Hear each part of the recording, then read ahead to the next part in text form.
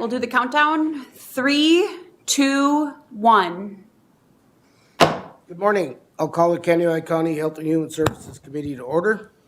Our first order of business this morning is to approve the minutes of the July 6th meeting. So moved. I'll second it. Nissen moves, Commissioner Anderson seconds. Any discussion? Hearing none, all in favor signify by saying aye. Aye. Opposed, same sign. Motion carries. Looks like we have some bills to pay and some warrants to cancel. We'll do them one at a time. Okay. Also moved on the bills. Commissioner Berg moves on the bills. Do I hear a second? I'll second it. Commissioner Anderson seconds. Any discussion? Hearing none, all in favor signify by saying aye. Aye. Opposed, same sign. Motion carries. And then the cancellations. I'll move to cancel those warrants. Commissioner Nissen cancels the warrant, or moves to cancel the warrants. Do I hear a second? I'll second Commissioner it. Berg seconds. Any discussion? Seconding everything, so. Hearing none, all in favor signify by saying aye. Aye. Both same sign. Motion carries. Very well. Thank you. And thank everybody for being here today. We have no agreements or contracts to talk about today, so we're going to have general business discussions. And we'll have several presenters, but we're going to start with Jenny. All right. Where's my notepad? Okay. Shoot. All right, good morning. Today we're going to talk about post-COVID-19 impacts and trends on community systems. So for those watching, I'm Jenny Lippert, Health and Human Services Director, and also with me today are my colleagues, Sheriff Eric Holeen, County Attorney Shane Baker, and Community Corrections Director Tammy Jolieberg. We will be sharing information and data with you on the trends that we are seeing in each of our departments. As each of us were compiling numbers for our 2022 budgets and reflecting on our work from prior years, it is apparent that likely, due to the COVID-19 pandemic, each of us are encountering major increases in the need for additional personnel, increasing amounts of services, leading to additional expenses. The scope of our work here at the county is really interconnected, which has led us to presenting together for you today. A few key themes you will hear and see throughout our presentation will be the increase of methamphetamine in our county, the increase and increasing forecasts of mental health needs, which leads to the ripple effect of how the COVID-19 pandemic has changed the needs of our work. Good morning. I'm Tammy Jolieberg, Director of Community Corrections. I'm going to start our talk off with just a little bit of history, looking back a little bit of where we're at. As Jenny talked about, we're going to try and walk everybody through several integrated systems in Kansas County and how we address public safety together as a team. So the pandemic has impacts to our community beyond the disease and physical health implications that we've seen. Mental health complications and symptoms, along with increase in substance abuse, will have long-standing impacts on our community. In addition, as our systems struggle to maintain throughout the state shutdowns, we will talk about how adding additional services and personnel may be necessary to address the backlog that will be coming through an already overburdened criminal justice system.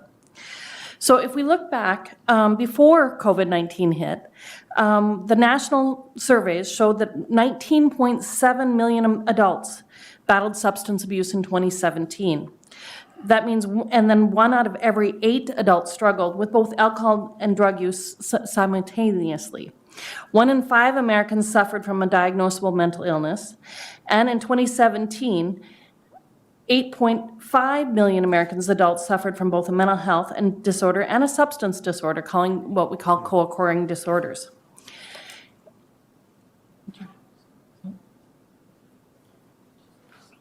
Sorry, there we go.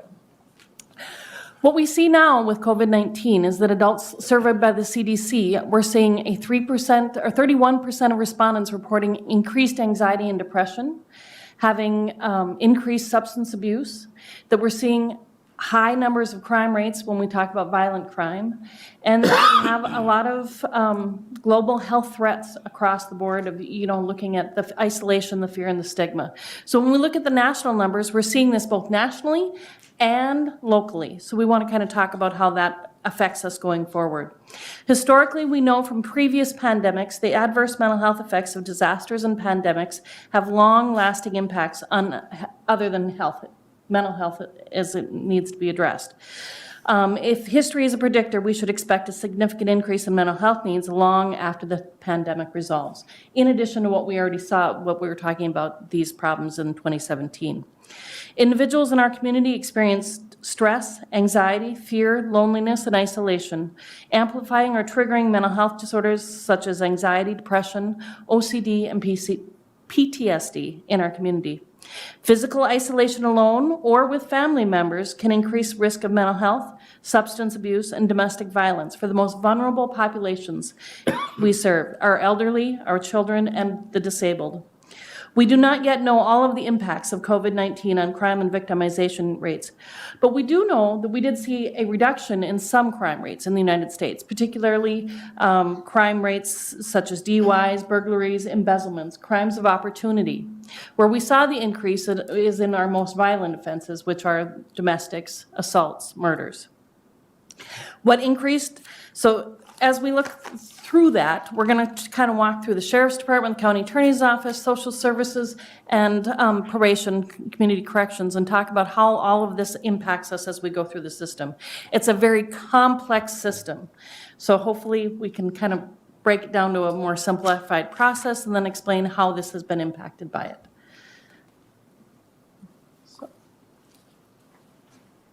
Good morning, Eric Lincoln, County Sheriff. And I'm just going to start off talking about the Kennewick County Sheriff's Department, our role and kind of how we are the starting force of everything. And then when you look at the ripple effect that Jenny mentions, we play a very small portion of our role in this. But when you look at the statistics that are occurring here on a local level, it's also mirroring what is happening on a national level right now. So some stats that I put together, specifically what we're talking about is domestics, drugs, and then the mental health issues that we're having here currently in Kennewick County. If you look at what I have up on your PowerPoint there, if you look at the mental health just in and of itself and kind of what happened in 2019 to 2020 and then now in 2021, there is a correlation with this pandemic and everything that's been going on with our mental health side of things. We started off with 36 in 2019, skyrocketed to 167 calls for service. People that were responding to generally for suicidal issues and some of the other things that are going along with that. These individuals, not only do we have these suicidal issues that we have to deal with, a lot of times also get arrested for crimes and other things that are tied to the mental health when it goes along with that. Drugs, when we look at the drugs, you'll see that there is a rise in the drug activity across the board, but when we get into some of the statistics about meth has exploded. Our drug task force, for example, has been very busy in the last 2 years with the meth. And you're seeing the trends this year are going to match last year as we continue moving on this. Domestics, same thing. People are tied up in their homes, dealing with each other. Obviously, frustrations, anger kind of comes out. And domestics are on a rise. And this year, you'll see domestics are very close to the 2019, probably going to match the 2020 statistics when we get going into this. When you look at the reform bills that are occurring, obviously police reform was a big thing and also corrections reform. And a lot of the statutory stuff changes the way that we do business on the law enforcement end. I'm going to concentrate more so on the correctional side of this because when you look at the correctional side, what happens after they leave our facility is what Jenny, Tammy, Joe, and Shane get to deal with. And it expounds their workload that they have to do for us. So when you look at kind of what had happened on the correction side, so there was some changes that the Department of Corrections is making across the board. And part of that is for transparency of the correctional facilities to the general public to gain that trust with the general public. So those are the things that are being driven by state statute now. There's about 10 amendments to the corrections bill that came down.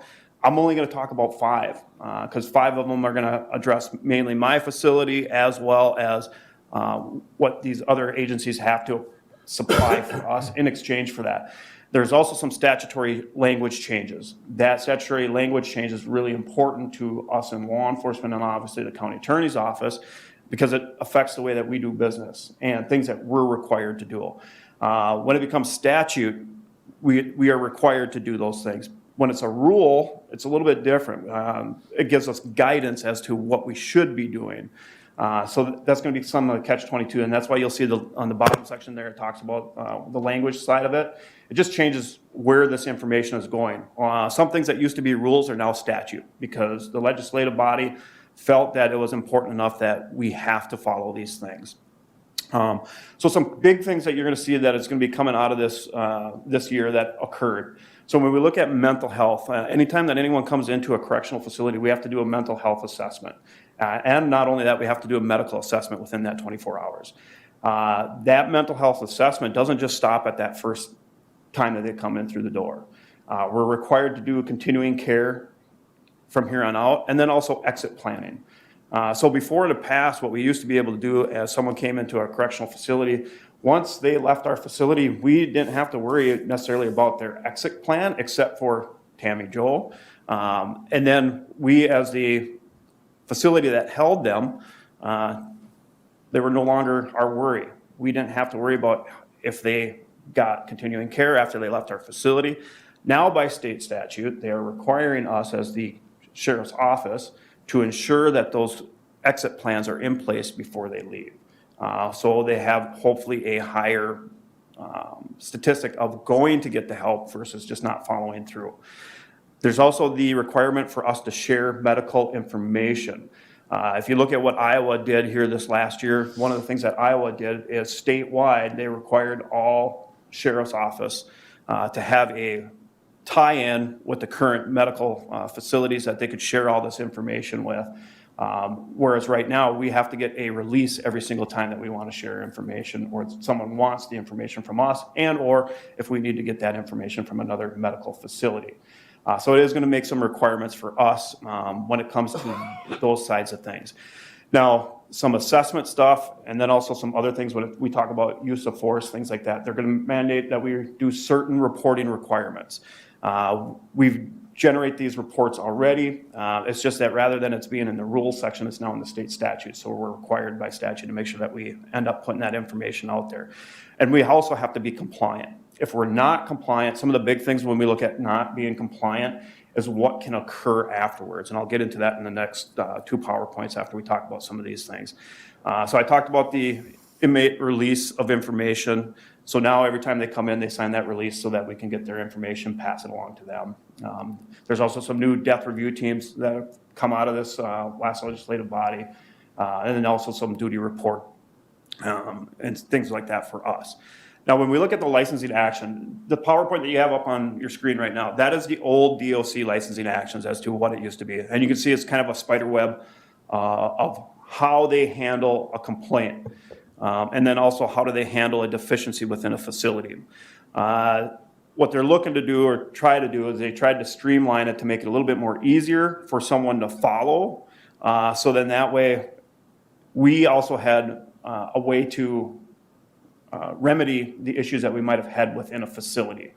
So when you look at some of the changes, what they did now, so there's going to be some changes as far as the verbiage as to what is a conditional use permit, et cetera.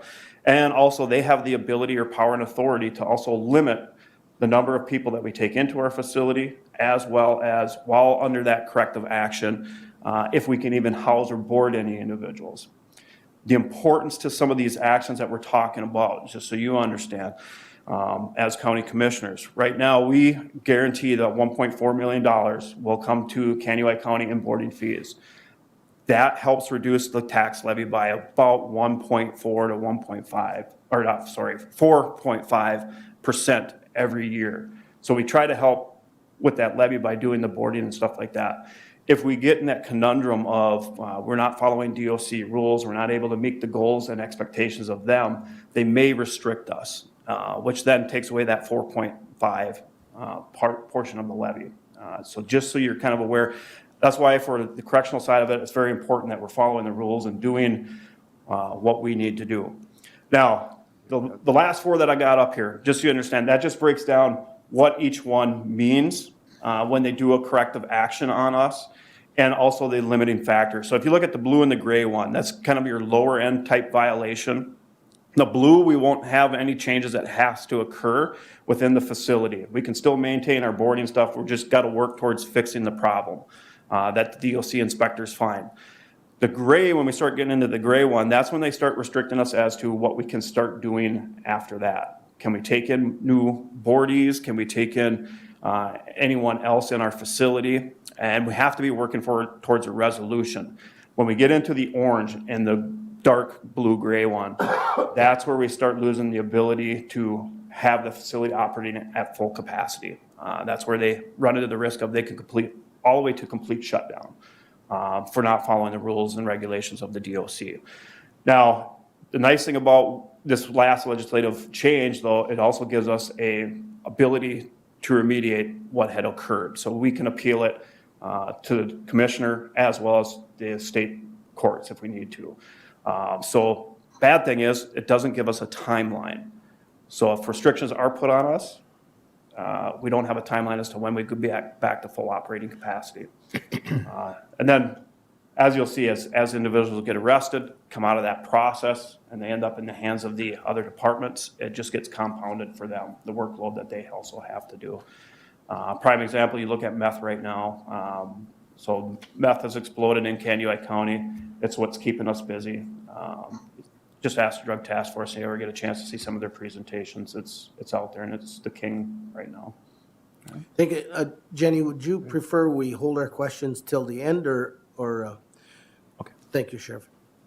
Yeah, I think due to time, it would be best if we all present, and then if there's questions, we can address them at the end. But I would like you to take a few minutes, especially for Commissioner Anderson, who's relatively new, to introduce the people that are in the room that won't be presenting. You know, if that's okay, they can just shout out their own. Who will be presenting? Who will not be presenting. Oh, not be presenting, Because okay. we'll figure that out. No, if I know everyone. All right, so over here, we've got Corinne Torkelson. She's one of the mental health supervisors. We've got Jolene Sundstrom. She's a child protection supervisor. We've got Carol Tullifson, our fiscal supervisor. Amanda Schoenhart, the other child protection supervisor. And I'm very sorry. And then Holly Booth from Prairie Lakes. You're here early. I thought you were part of the contingent. Thank you. Looking for you. Thanks. You're welcome. All right, so I'm going to continue and talk about how this is affecting our Health and Human Services area, specifically child protection. So the scope of child protection has grown extensively over the past few years to the point where now the pressure and expectations have become so heavy that many agencies are not able to fulfill their missions. Our child protection staff are tasked with preventing, assessing, and resolving child maltreatment with very few effective tools, little oversight, and a dwindling workforce to carry out this essential work.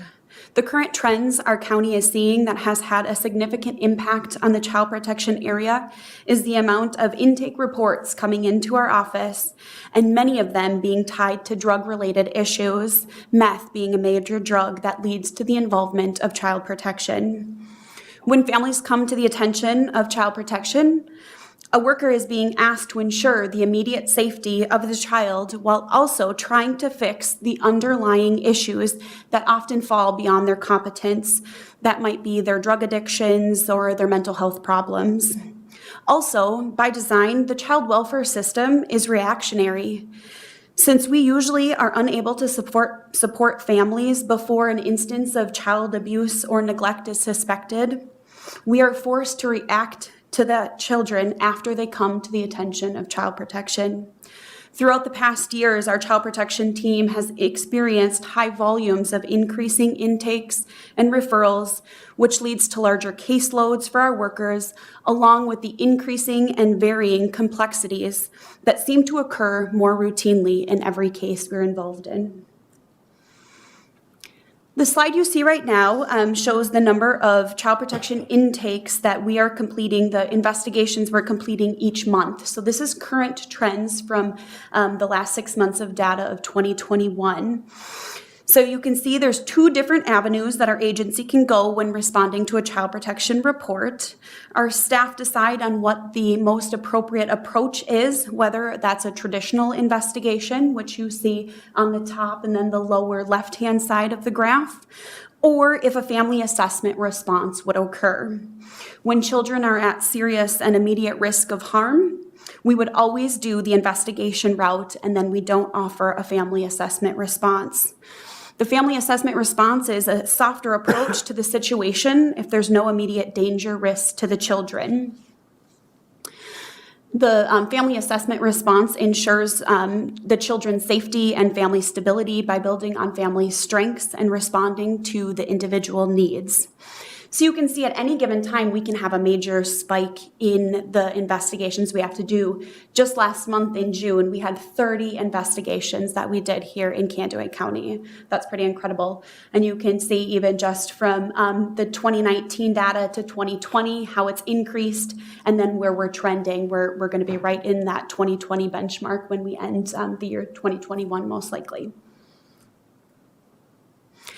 So this next graph, this shows the investigations and also how they involve mental health and drug-related instances. So you can see out of 174 traditional investigations, 122 of them involve some type of mental health needs, whether that was a referral we kept in-house or made a referral elsewhere for some other mental health needs.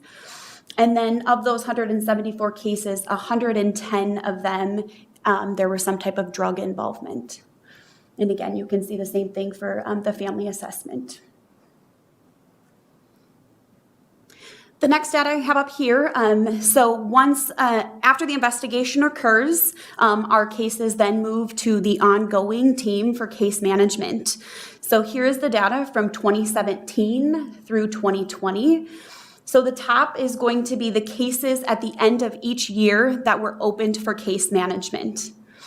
And then the bottom, the blue section, that's going to be the number of opened cases, so the cases we had opened throughout that fiscal year. So again, cases open, they close, they can transfer, so that's why you're seeing two different data points.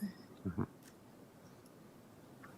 Here you'll see the ongoing case management cases that we have currently. So again, we've got 6 months worth of data for 2021. I want to point out that we've worked really hard to try to close some cases that have been open a long time. We had some staffing issues, and we had tried to contact some other counties to see if some people would take some of our cases and do courteous case management. So we've really been trying hard to close and find other means to make sure we have good supports for the families. And then we also do child welfare. So again, we offer voluntary services for individuals that maybe need help with their children or their family dynamics. So as you can see, these are our child welfare numbers for the last 6 months of 2021. Here you'll see the number of kids that we have in placement. So again, this is last 6 months worth of data, so just 2021 numbers. And these are children who are in foster care in some type of a residential facility.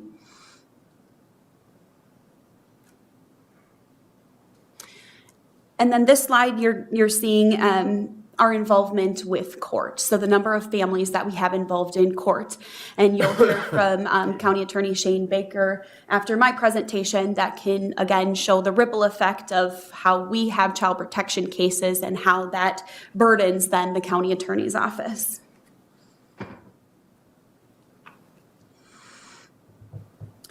So during COVID, many of the surrounding counties actually saw decreasing numbers of intakes, investigations, child protection matters in their counties.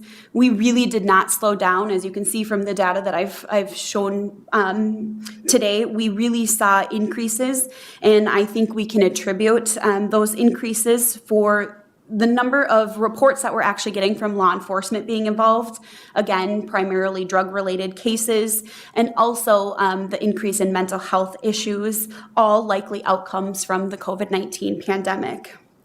We reached out to DHS back in March of this past year as we were curious as to whether or not what we were seeing in Candido County was unique to just our county or what other counties our like size were experiencing. DHS was able to pull data of like-sized counties looking at specific child protection data points and trends. What we found out was that prior to COVID-19, Candido County generally had a higher average complexity score per month than other counties. And after February of 2020, the average complexity score in our county increased sharply. So again, when we get an intake or referral into our office, it gets scored. And it gets scored on its complexities, whether there's how many children are involved, if it's a ICWA, a Native American child is involved, drugs are involved. There's a whole list of things that dictates the score of our child protection cases. So we're clearly seeing very complex cases in our office. And then the other thing is, prior to March 18th of 2020, 23% of screened in and completed reports in Candido County had some type of substance abuse allegation, compared to 39% since March of 2020. Our county also had more unsafe assessments and also more law enforcement involvement in each of our cases compared to those like-sized counties.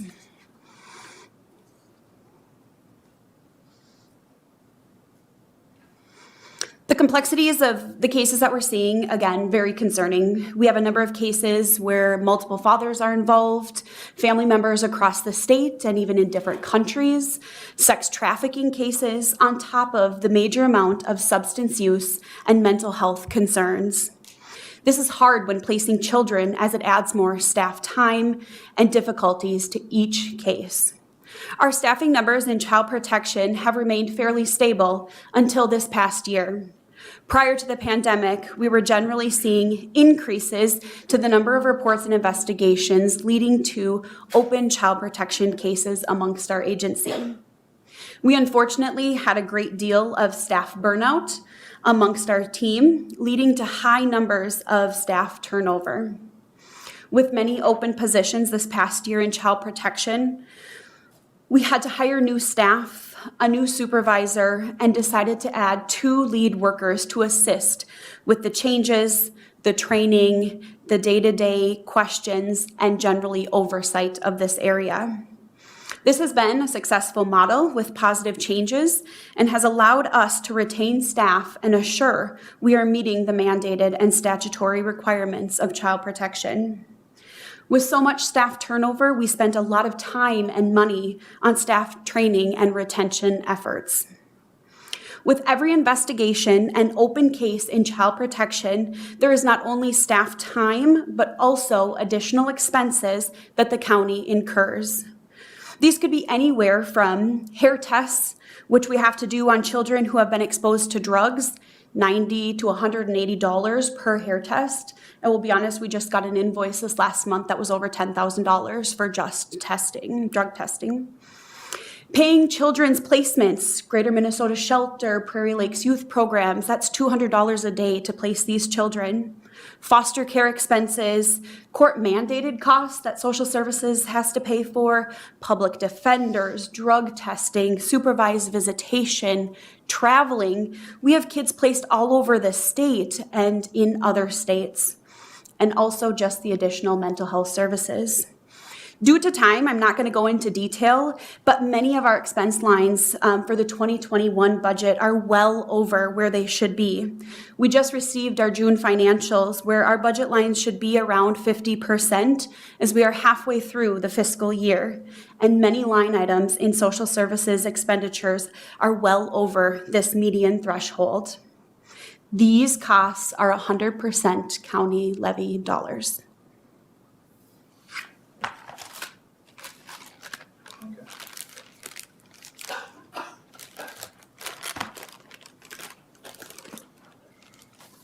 So what do all these cases and situations that the sheriff, Jenny, and soon Tammy will be talking about for our office, it means more cases, significantly more cases.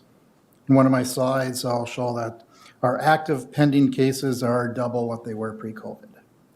I think it's maybe important to start off with what does that not include? That does not include any declined cases our office. Once we've declined them, that's not in that active number. It doesn't include our child support caseload. It does not include items that I typically work on, such as advice to the auditor's office or other agencies. So,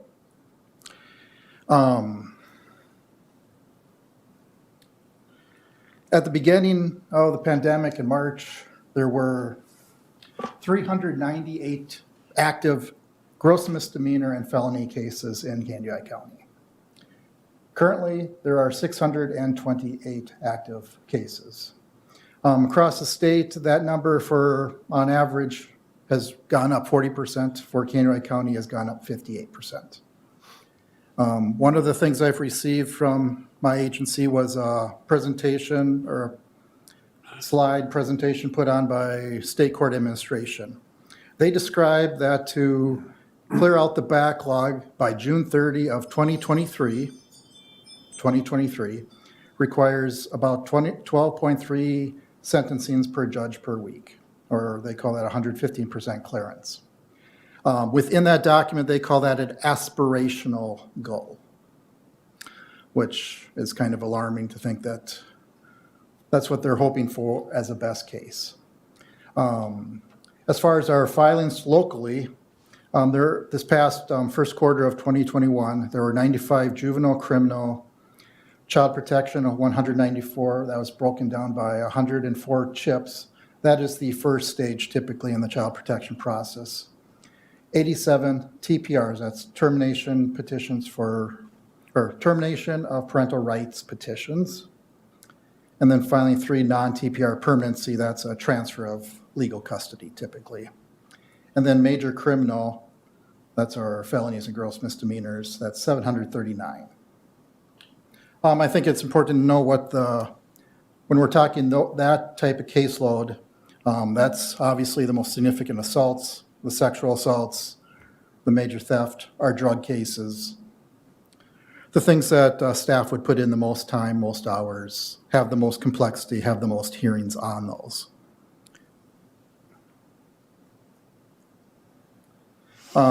Sheriff talked about increased rises in victim-type crimes.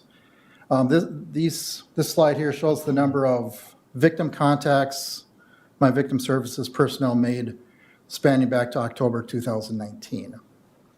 They're in, except for the last graph portion of it, they're on 3-month increments. So 155 to close out the last 3 months of 2019, 176 to just the beginning of the pandemic. Then you can see there was a decrease in the early stages of that with fewer court hearings, so that was to be expected. But with the attempts to open up more, then the number skyrocketed to 258 contacts. And also I think that's a sign of increased cases coming through the system. Then the end of 2020 was 390. And this is by individual persons. This is not for each contact with a victim. We would be contacting some victims multiple times frequently. Sometimes it's a few times, but it's 390 people. Then you have the drop for the next 3 months. Again, that was the period with the second shutdown of the court system. And then the last one, I think most importantly to point out, that's 1 month. So we're expecting that to times 3, so we're in the about 400 range there too. Then if you compare just the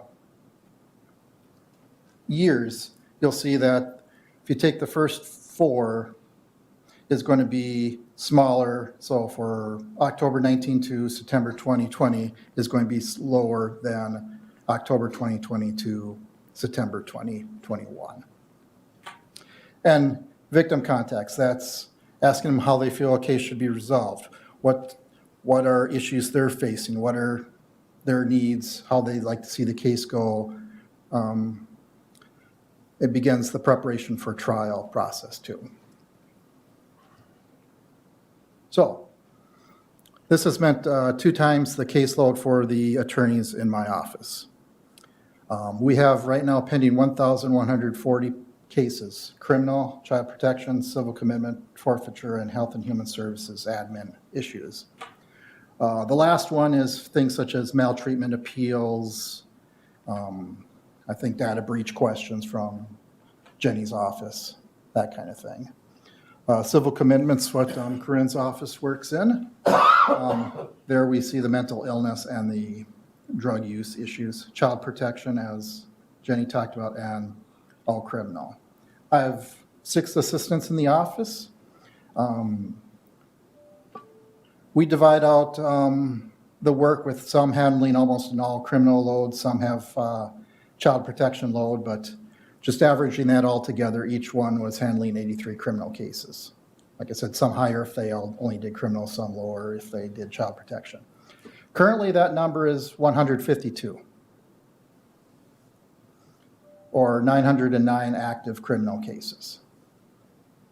And the average current child protection caseload is 63. I have 2 attorneys working on that. We have about 126 cases. We include our CHIPS and a TPR if it's the same family, but each has its own aspects when it's going through the court system. I think the most alarming thing on all that when I was compiling those numbers is that the pre-COVID, the attorney handling a criminal calendar only had about 100 cases. That number, the current child protection and criminal attorneys are handling about 120 some cases in addition to the child protection cases. So they are literally doing the job of 2 people, which obviously constrains our time with our social workers. How do we handle the cases?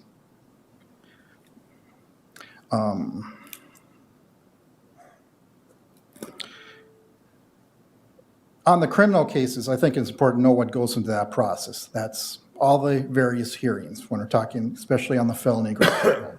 That's the initial review of the complaint.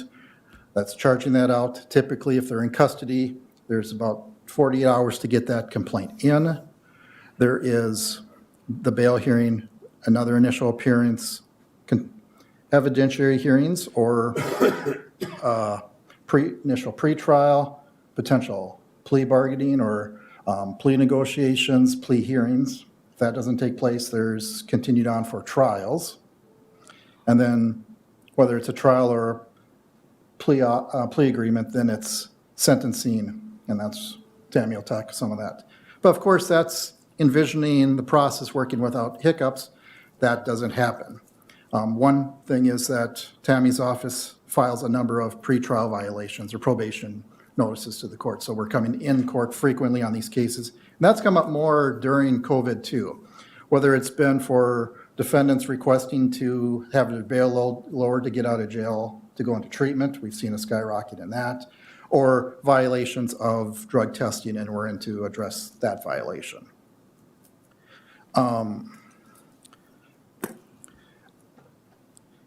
And of course, with higher numbers, we're seeing currently about 12 to 15 criminal trials per week on the trial calendar for each judge. And typically that's 1 or 2 can only go per week. So in addition, what we're also seeing is that it'll get set on for trial. We'll have some settle, 1 may go to trial, the rest are bumped.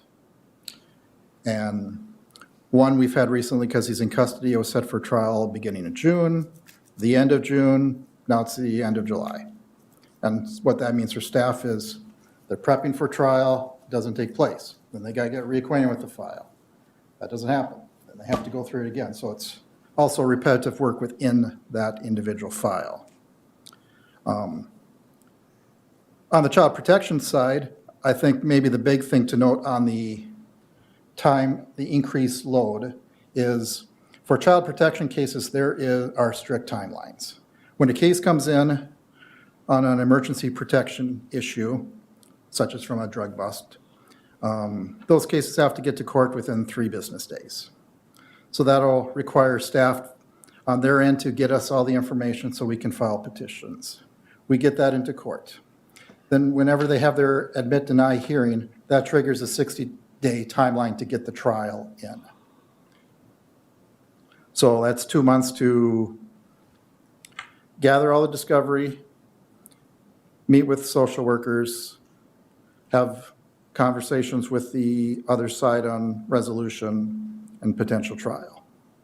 So on those cases, it's aspects of concurrent trial prep type of work and figuring out what to do with the case. And they have these issues ongoing too, as they try to figure out what the key issue is, what the problem and how to deal with it is.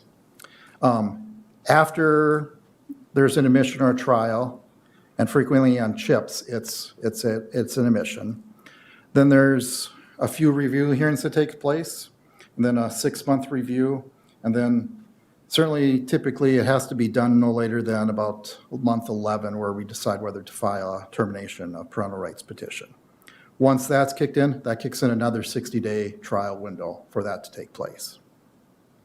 So for my staff, the biggest problem on that is when they have that high other criminal load is getting this child protection calendar where with those numbers increasing with the strict timelines, then it puts a real time constraint on their efforts too.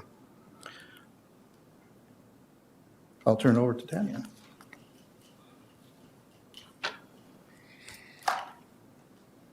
So I'm going to talk about a couple different things, and I think for the sake of time, I'm going to move a few things around just in this presentation and move them back to the next section after 10 o'clock. So just as I go through this, just so you know. So one of the things that everybody's been talking about is this idea of complexity. All of these cases have been increasing in complexity for a variety of different reasons. We've talked about mental health, we've talked about the drug use and those types of things. And we've seen these trends had started prior to COVID. As you can see in my numbers here, looking at the offenses that we supervise, we're looking at numbers that increased substantially using felony cases in 2019 and 2020. We've had a steady increase. Part of that is how cases are processed.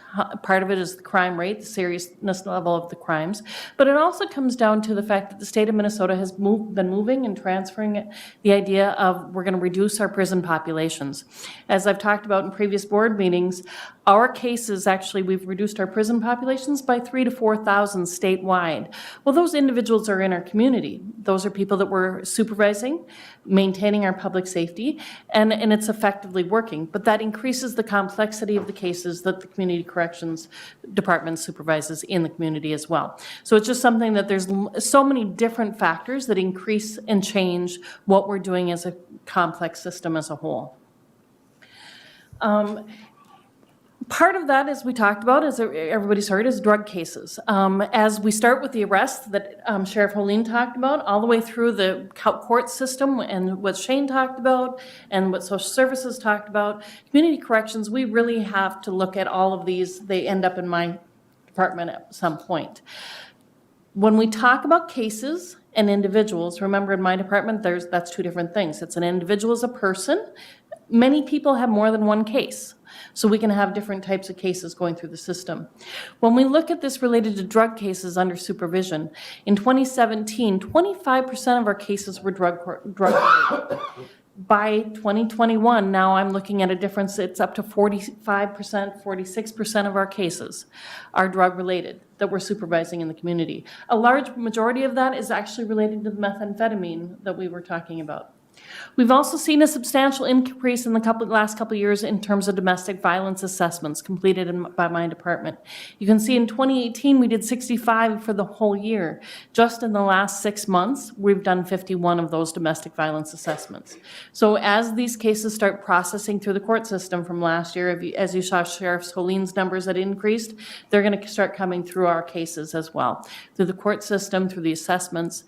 When they get to me, typically we have them under supervision from anywhere from 2 years to 10 years, depending on the case. And so those numbers are going to steadily increase as they come through the system. So this is the piece that I'm going to move on to our part this afternoon, or at 10 o'clock, so that I'm just going to kind of skip by this, talking about the different parts of our system. When we talk about all of the different complexities, I've also talked to you about the criminogenic needs, or the characteristics that relate to offending, to recidivism rates, and what's happening when my staff are supervising and working with rehabilitation with offenders. This applies directly to what we're seeing as increase of the cases that we have right now. So I wanted to bring this back and talk about the antisocial cognition, antisocial personality, antisocial associates, anti-family and marital discord. Those are the top 4 reasons we have for recidivism in dealing with offenders in our community. You can see that during COVID, when we talk about substance abuse, mental health issues, problems with family and marital, the isolation, all of those things that we're talking about increasing during COVID have a direct impact on recidivism rates within our supervision process. Then you go to the next top 4 is that substance abuse, employment, education, and leisure. All of those things have also been shut down during COVID because we don't have the ability to, many people have lost their employment, many schools have been, at home, and leisure activities are non-existent. And as much as it seems funny, that is an important part of our daily social skills, having some type of pro-social leisure opportunities. So the direct impacts of COVID over the last year and a half are going to have substantial impacts going forward on what happens with recidivism and crime rates in general across the county. So I just want to make sure I didn't miss anything else. Let's see. Oh, lastly, I wanted to also talk about violations. So as Shane talked about, we have pretrial violations, we have probation violations. So probation violations have had a significant impact on the workloads in our county and across the state. Part of that is because of the lack of response, because as our courts shut down, as we've reduced the amount of people going into the prison system significantly, my probation officers have been filing 10 violations sometimes before we see a response. So that's 10 reports that we've done to get a response out of things that may have only taken 1 response before. We file reports with the court or with the Department of Corrections, and as those reports don't even just equal 1 violation. A lot of times the probation officer has dealt with through restructures or working with an offender and talked about the idea of they've done everything they can before they even get to that step of filing that report. Then that report goes through. They might have an arrest that goes through the jail, then they go back to court, and then we start over and they're released back out. So we have many, many pending cases out there where violations are out there. People are frustrated. Probation officers are very frustrated. Victims are very frustrated. And oftentimes people in the community, I'm receiving calls from people saying, this person, I know they're on probation and they're violating. Why aren't you responding to this? Well, we have been responding. We're filing the reports. But if we don't have the option of managing things because of the courts being closed down or because of the Department of Corrections not having that, it's had a significant impact on where things are at. So that's also, we've seen a direct result. We didn't shut down. Probation and parole doesn't shut down during COVID. We kept seeing our people doing what we needed to do. As a part of that, you can see that in 2020, we saw a significant increase in violations filed. And in 2021, we're also on track for that increase in probation violations filed. So this is, I think we can end on time for our part of this. At 10 o'clock, we're going to actually go back and we're going to review a specific case or cases and how it would transfer through our processes through each of the departments. And then we're going to look at, be available to answer any questions. So, thank you, Tammy, Joe, and all the other presenters. I'm going to lay out a question here that for you guys to think about, maybe not even to answer today, but later on. It's tragic, the cost of the human capital of what's going on here, but as a Board of Commission here, we're going to have to look at the cost financially, what it is to deal with all of this. And so there's 2 major costs here. My question is, why is Kaneohe County running higher than other counties of our size? And are those same counties of our size that were compared to the regional centers? Is it the fact that we're a regional center? Are we being more, are we more aware today because of your guys' good and hard work. Are we more persistent in our follow-up through the courts and through arrests? And is it more drugs? And if it's more drugs, why more drugs here? And finally, I'm going to ask the question that is really kind of an elephant in the room question, because somebody's going to ask the question, is it due to the diverse population that we have in this county? And does that, especially if it's related to drugs? And so those are some big questions, and I'm sure you can't answer them by 10 o'clock this morning. But thank you guys again for all your hard work. I'm going to adjourn, or do you have more, Jenny? No, I'm going to reset, yeah. Adjourn this. adjourn the Health and Human Services Committee meeting.